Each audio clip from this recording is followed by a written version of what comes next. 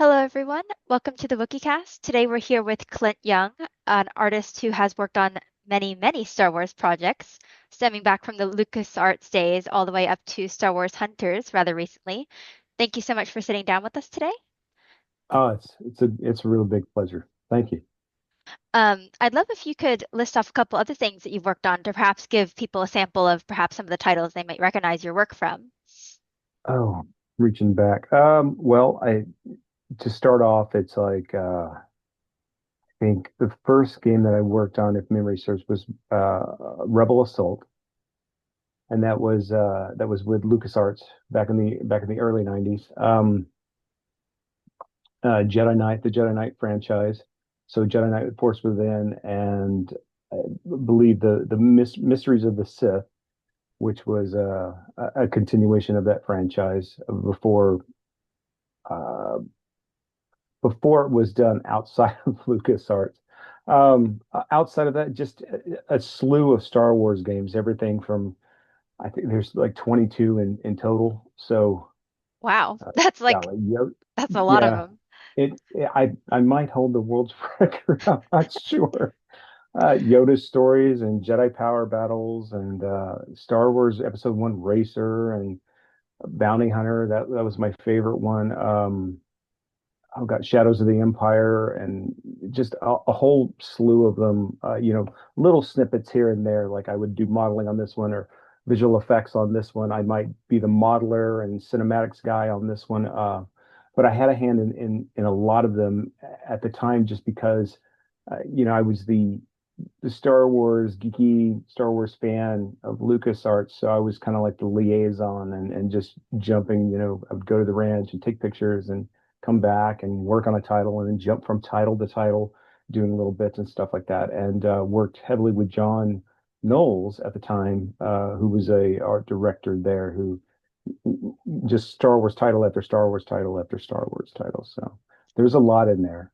I'm sure there's someplace online. There's a list that exists. Honestly, I think you mentioned one or two that we don't have, so I'll make sure to update your page with that on Okay. Wikipedia. There's Um, well, there's some on there that I did voices for. So it's just I'm just credited as the voice. It's like, oh, he was the battle droids, or he did some Watto voice over because we couldn't get the actor. Heck, I think there's even one in there where it's like I did Vader's voice, and they just pitched it down. Lots of credits. do you remember how you first got involved with LucasArts? Your first, how you got involved with doing Star Wars in general? I do. And that's you got to go back. Like I was a kid, I was that kid living in the sticks out in the country, jam box playing the binary sunset George Lucas Star Wars John Williams theme while watching the sunset, just really geeking out over Star Wars at the time. And coming up through school, right around the time I graduated was when computer animation was just becoming a thing. I think Jurassic Park, right as I was entering into college, came out, and I said, "Well, that's it. That's my ticket." I wanted to be a director, so I went to school to try to be a director. Wound up saying, "Well, maybe a comic book artist slash art director."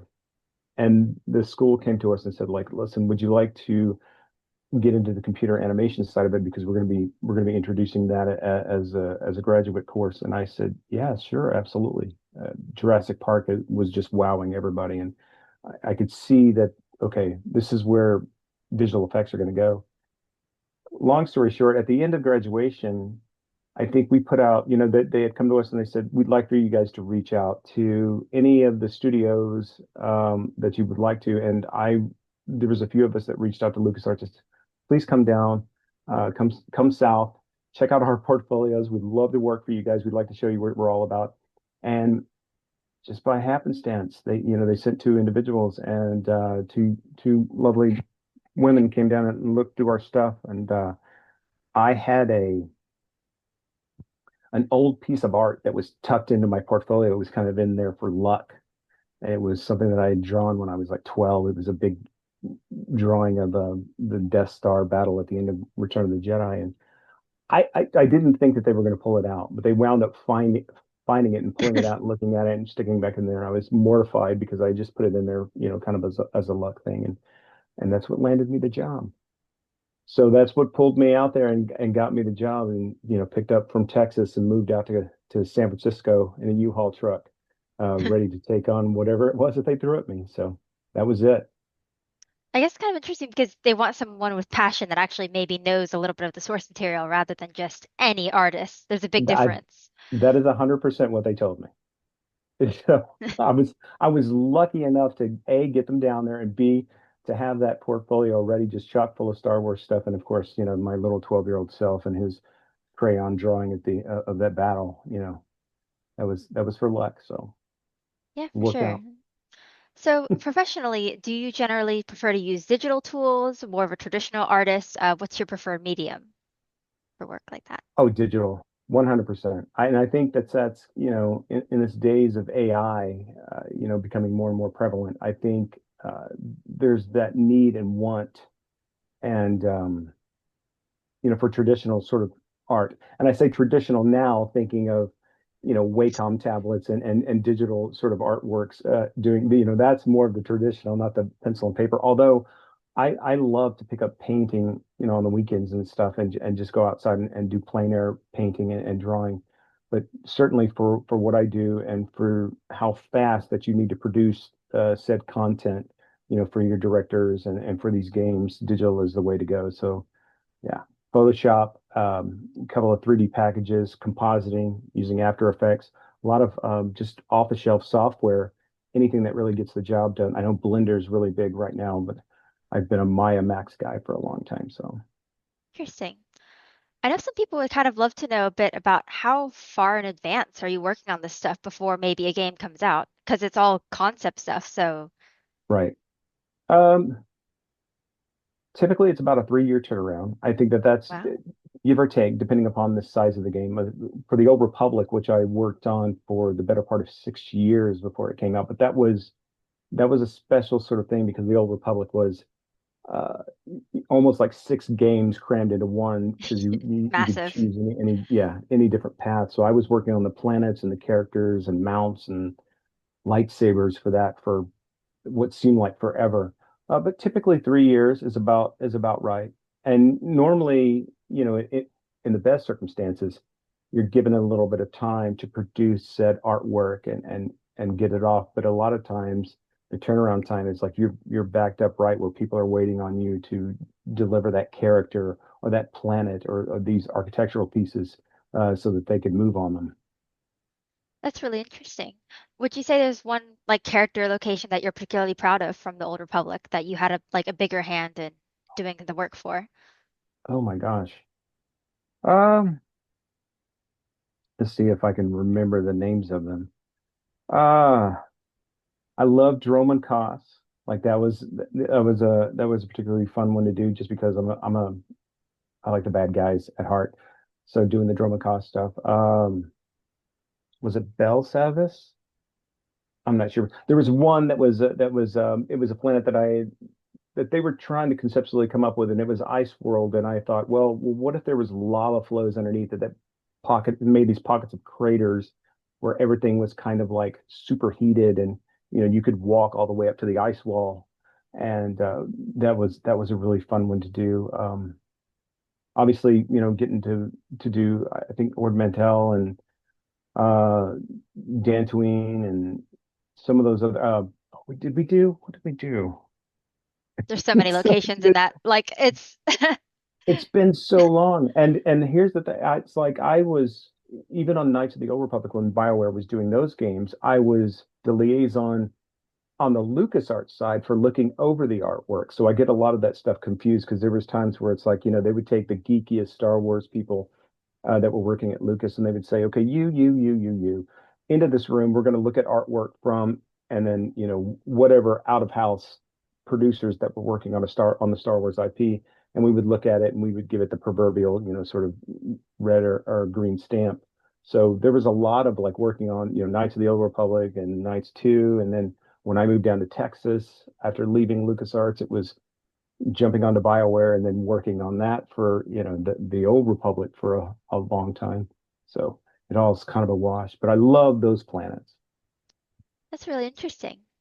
Hopefully, this question will be easier since it's a bit more recent project, but recently you worked Okay. on Star Wars Hunters, which a lot of people on Wikipedia love, and we're trying to document it all before it It unfortunately goes away. shutters. Yeah. Uh, but if there's anything you could tell us about your work on there, about the characters or locations for Star Wars Hunters, we'd love to hear about it.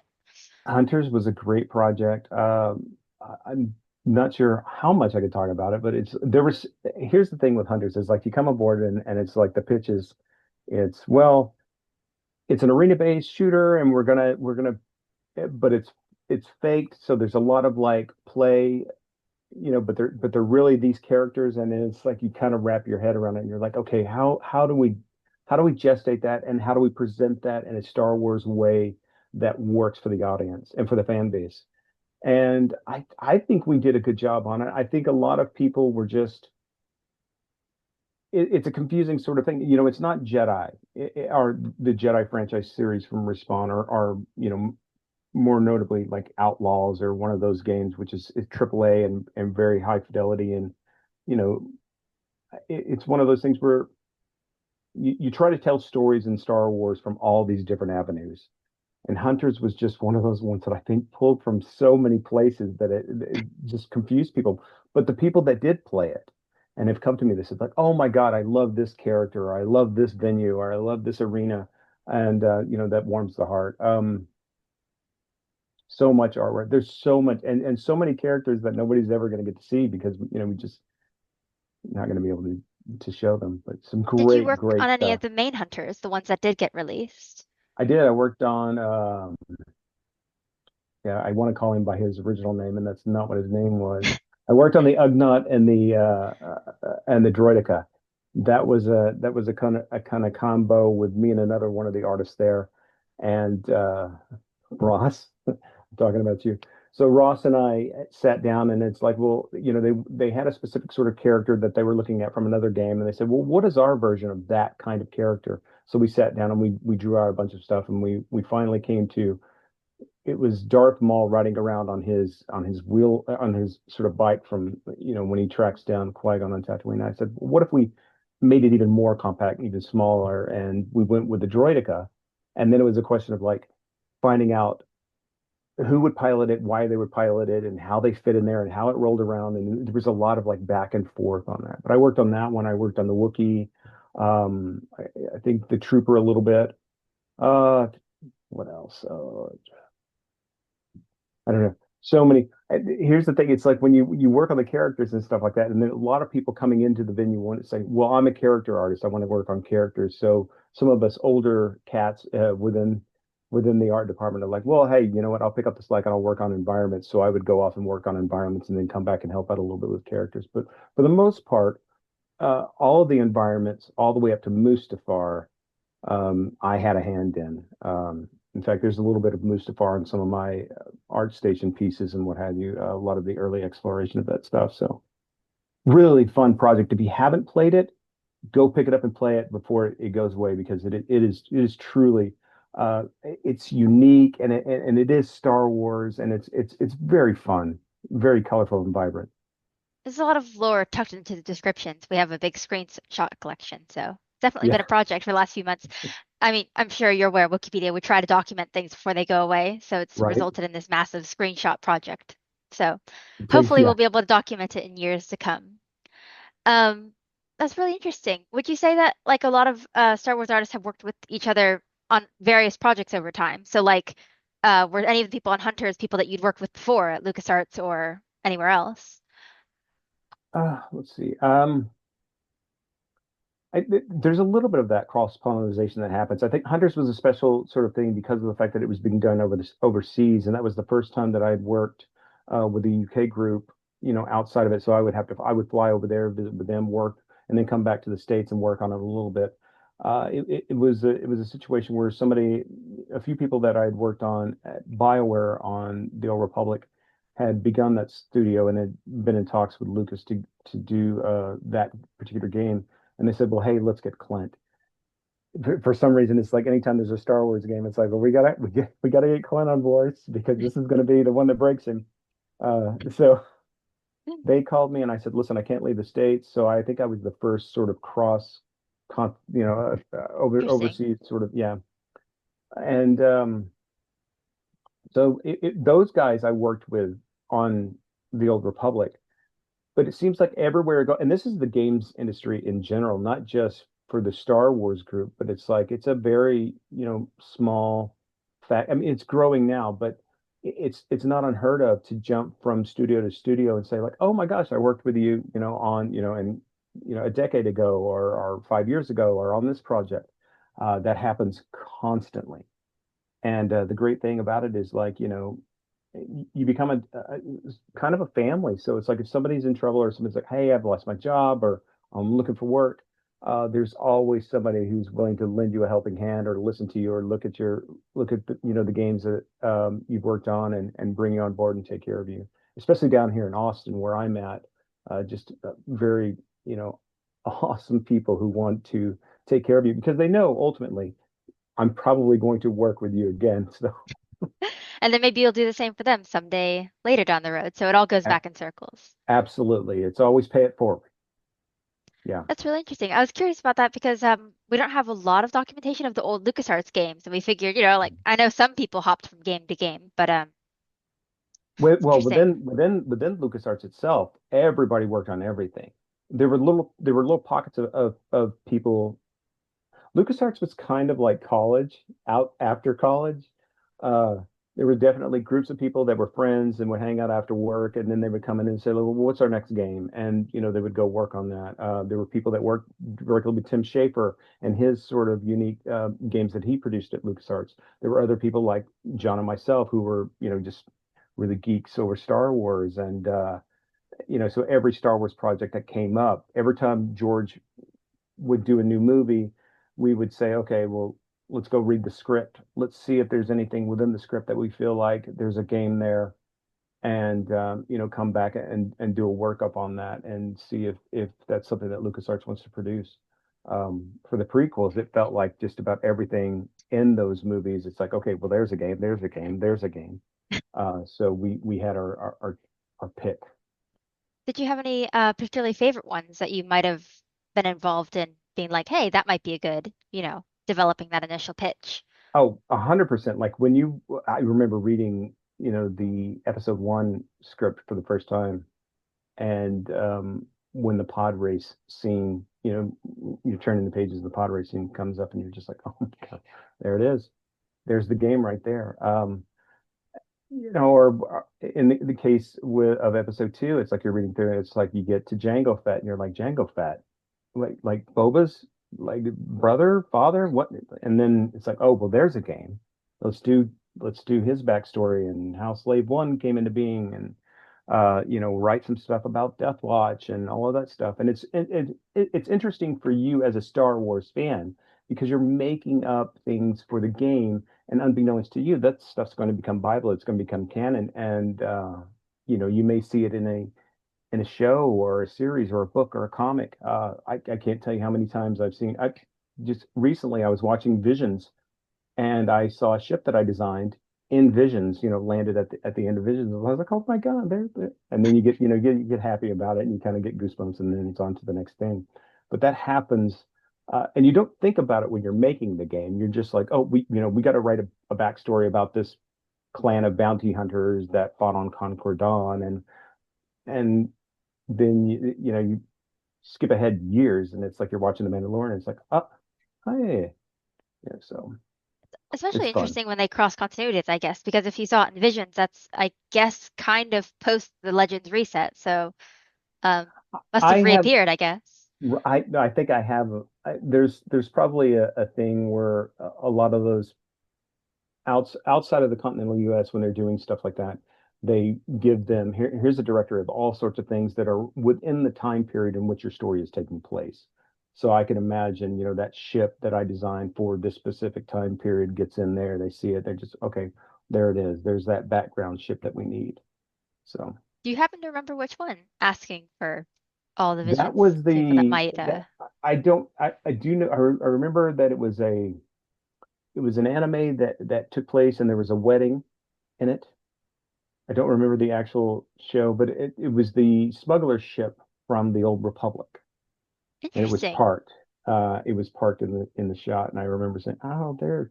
And I don't even remember the name of the ship because somebody else came up with the names of them after the fact. The wedding bit should be enough to track down. I was just curious. Very cool. Thank you. Um, Yeah. were there any things that you maybe got to name that you got to like sneak in an Easter egg about your dog or your friend? Oh, on everything. I mean, seriously, everything. Not only that, but it's like there's stuff that you like, stuff that you're in love with outside of Star, like it's a good one. Bounty Hunter. There's a planet in Bounty Hunter, and we came to it, and it's like I was heavily into horror as a kid, and it's like I love haunted houses and what have you. So I went to John and I said, like, we have to have this planet that is nothing but a cemetery moon, and the whole planet's just like this big cemetery moon. And he was like, okay, great, let's go, let's draw that and see what it looks like. And then when it came time to name it, we named it Colma after the town outside of San Francisco, known for its all of its cemeteries. But I liked it, and I asked for that name because I was a big fan of Harold and Maude, the movie Harold and Maude, directed by Hal Ashby, and I had gone out to those cemeteries on several occasions to see the filming locations for that. So there was this thing where it's like, well, let's call the planet Colma. But that's one out of So countless many. countless stories. I've put my daughter's name into stuff. Heck, in Hunters, if you play the Tatooine setting, you'll find that I've sprinkled in all the signage all over the Tatooine maps. There's references to all of Luke's friends that he hung out with in Anchorhead from the radio drama, which I'm a huge fan of.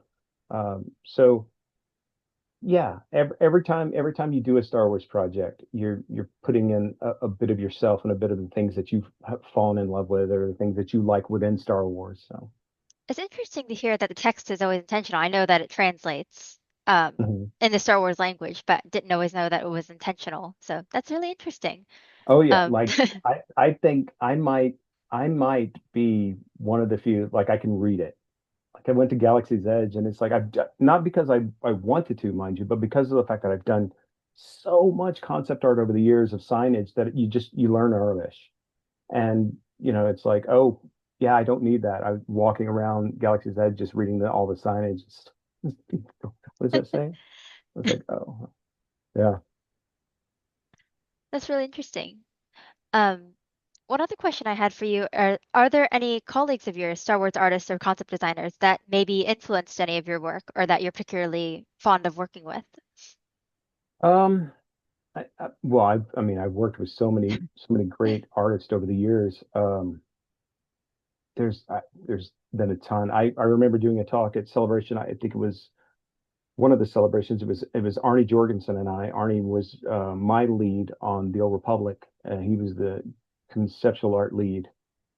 Yes, he was the conceptual art lead on that project, and he and I did. I talked him into. I said we got to go give this. We got to go give a talk there.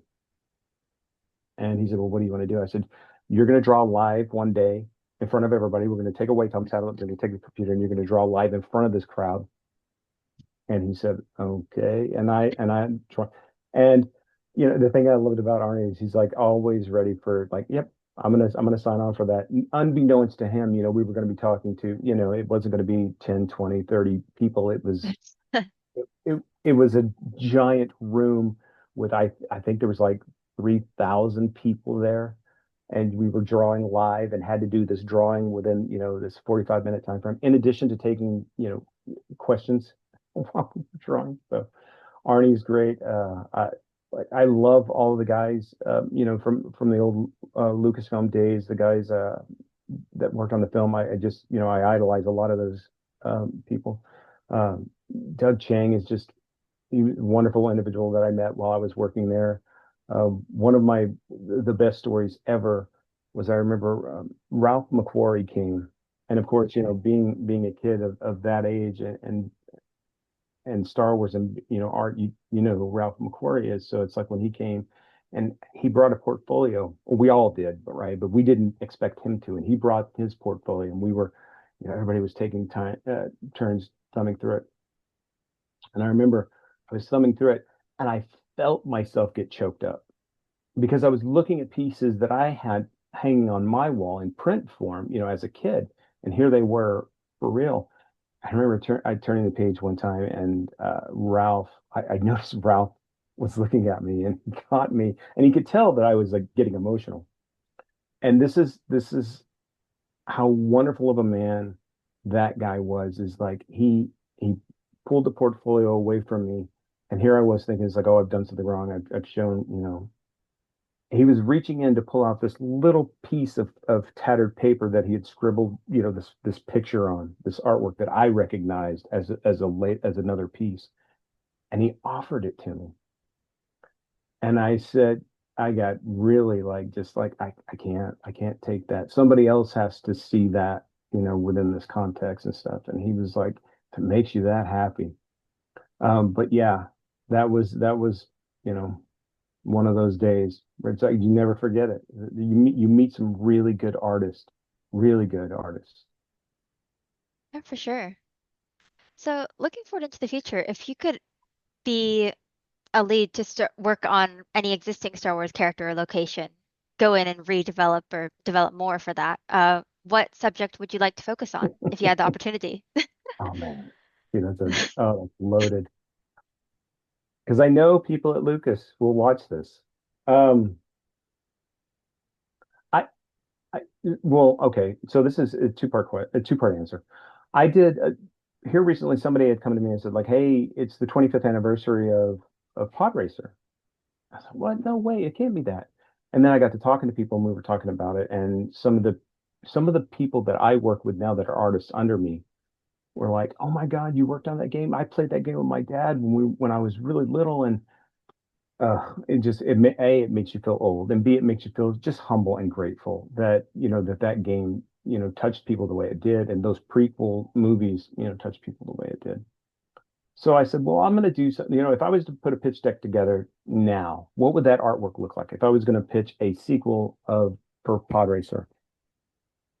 So I did the art, and on my Instagram I started posting them up, and on my art station I was posting it up just for nothing more than just fun. And oh my gosh, the floodgates, like the amount of people that started texting me and mailing me and stuff to say, is this game coming out? Where's this? Is your studio working out? No, no, no, no, no. This is just for fun, guys, just for the 20th, 25th. And so I would love to do another racer. I think that would be great and introduce all new settings and venues and racers and pods. And, you know, there's a lot of it up on my ArtStation. So if you go there, you can see it. The Yeah, other for one I sure. would love to do, and this is weird. I would love to do a Star Wars cooking game. I think starting on Tatooine with your little truck, your little food truck speeder, and farming and getting the food and prepping the food and serving different kind of ingredients and stuff to different aliens, a little bit of that. And but with the knowledge that it's like I want to get a brick and mortar. I want to hire a band. There's going to be a band that plays there. My food's going to grow. I'm going to have to barter with food vendors to get the ingredients in here and mix it up, all the way to Coruscant to having that giant bar. I think that would be a really fun game to make. I might be the only one, but I think a Star Wars cooking game would just be extraordinarily fun. They've been publishing these recipe books in the last few years, and they've been doing pretty well, so you never know. Right? Yeah. And then all of the food would be that gorgeous anime food that you see in all the anime movies, that Studio Ghibli kind of anime food that you just like, oh my gosh, that looks so delicious. Yeah, that would be a dream for me. That would be fun. Sounds like a lot of fun. I want to thank you so much for sitting down with us today. If people Yeah. would like to keep up with you online for you and your future work, where can they find you online? You can find me at ArtStation. You can look up Clint Young. I'm there. Or if you go to if you have Instagram, I'm under CG Young _art. Uh, but I think I'm not certain because I haven't Googled myself in many, many, many years. But I should come up if you just type in Clint Young artist. There should be a link to a couple of my social pages there. So I'm pretty easy to find. But yeah, it's been great. It's been fun talking Star Wars. I love to talk Star Wars, so Wookieepedia appreciates all that you and other Star Wars creators do. Um, so yeah. I appreciate Wikipedia. I've used Wikipedia so many times in my career. I have no idea. Even the people that are working on Star Wars have to look at Wikipedia every once in a while. So it's a great place.